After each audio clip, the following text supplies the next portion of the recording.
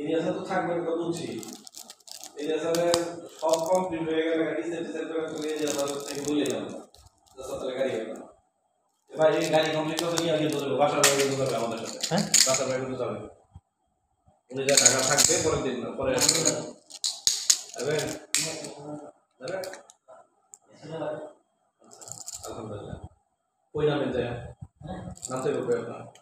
একসাথে হেলে বাইরে এখান থেকে একটা সেট আলাদা থেকে একসাথে দিব আমি দিলাম আমার থেকে আপনাদের টাকা দিই